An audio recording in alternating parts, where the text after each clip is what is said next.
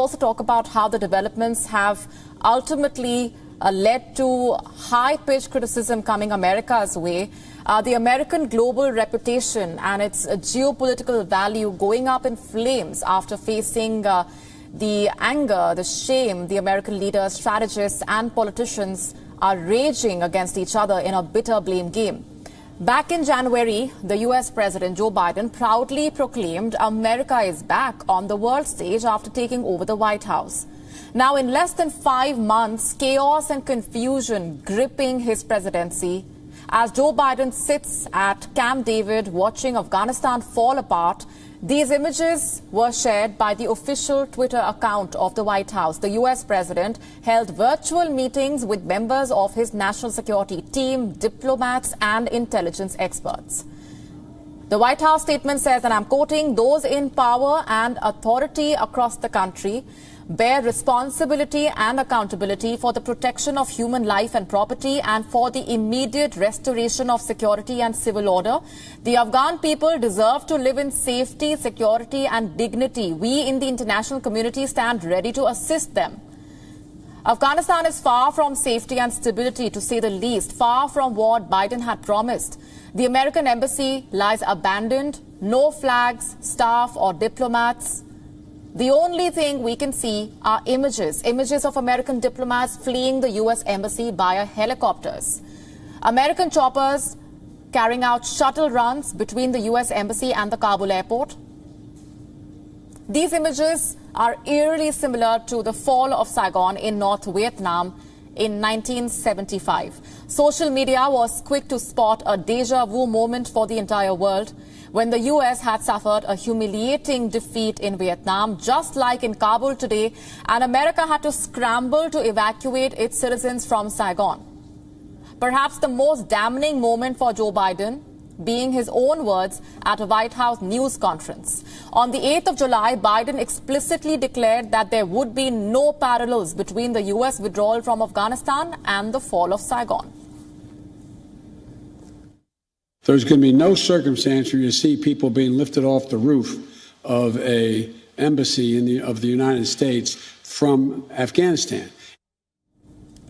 Former President of the U.S. Donald Trump has once again lambasted Joe Biden. Trump has called for Biden's resignation. He has said, and I'm quoting, "It is time for Joe Biden to step down in disgrace for what he has allowed to happen to Afghanistan." He has called Biden's move legendary and said that the decision will go down in history as America's greatest defeat, one of America's greatest defeats. It is also important to note that the decision to withdraw American troops from Afghanistan was taken by Biden's predecessor himself. The 45th president of America, Donald Trump, was the one who approved the peace agreement with the Taliban in his final days in office. I spoke to the leader of the Taliban today. We had a good conversation. Eventually, countries have to take care of themselves. We can't be there for the next another 20 years. We've been there for 20 years. And we've been protecting the country, but we can't be there for the next. Eventually, they're going to have to protect themselves, you know. However, it is the execution of the withdrawal policy that is under assault, a particular failure that happened under a president who has boasted himself as being a seasoned politician with over 50 years of experience. Susan Tehrani has been with us, getting us more details from New York. Susan, the way things stand at this point, the U.S. has conveniently tried to deflect the blame, blaming the Afghan forces for being unable to keep the Taliban at bay. Give us a sense of the reactions emerging over the last few hours in the United States.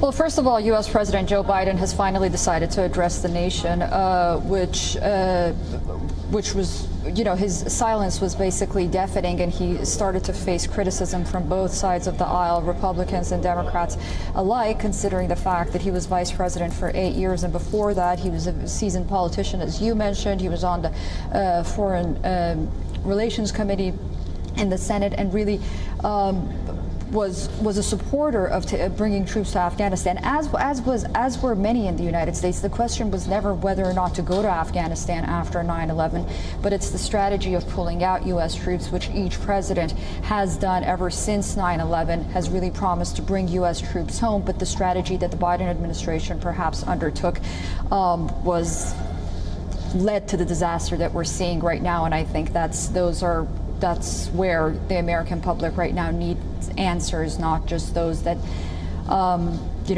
have stakes in the war, not only families of veterans, but also the American public. And also this is really at this point a public opinion issue for Joe Biden and his administration, with the upcoming 2022 midterm elections coming up, and also domestic issues as well. So it's really to his benefit to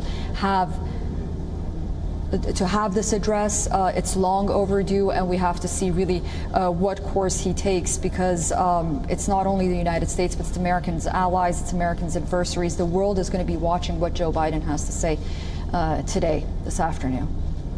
Indeed, he does have a lot to explain. Susan, let's just talk about the optics of it all. Even if the U.S. is unwilling to change course at this point and stick to its decision to complete that withdrawal and evacuate its personnel, Joe Biden being in Camp David, that's an image that has only made matters worse, it seems, for the American president.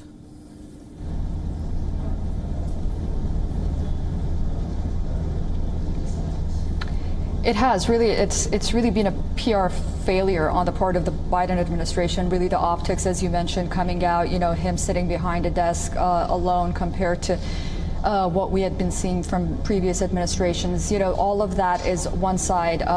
Public opinion is very important when it comes to issues like this, and we're seeing how the media is playing out. So I think the speech is really going to be important, and we'll see. We'll see which direction it takes. Will it move the situation forward, or will it also be another stepping stone to another disastrous, failed policy that this administration has really decided to take when it comes to Afghanistan, one after the other?